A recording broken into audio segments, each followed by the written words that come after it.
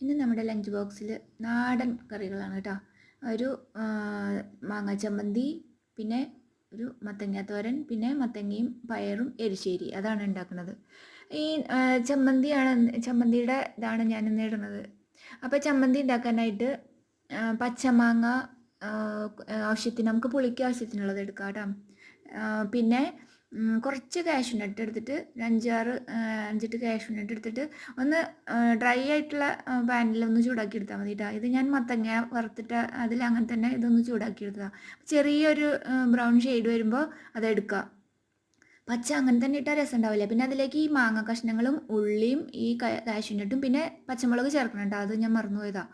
പച്ചമുളകും ഉപ്പും ചേർത്തിട്ട് ആദ്യം ഒന്ന് ഇങ്ങനെ കറക്കിയെടുക്കുക. അപ്പോൾ അതെല്ലാതും നന്നായിട്ട് അരയും. അതിന് ശേഷം നാളികേരം ചേർത്താൽ മതി.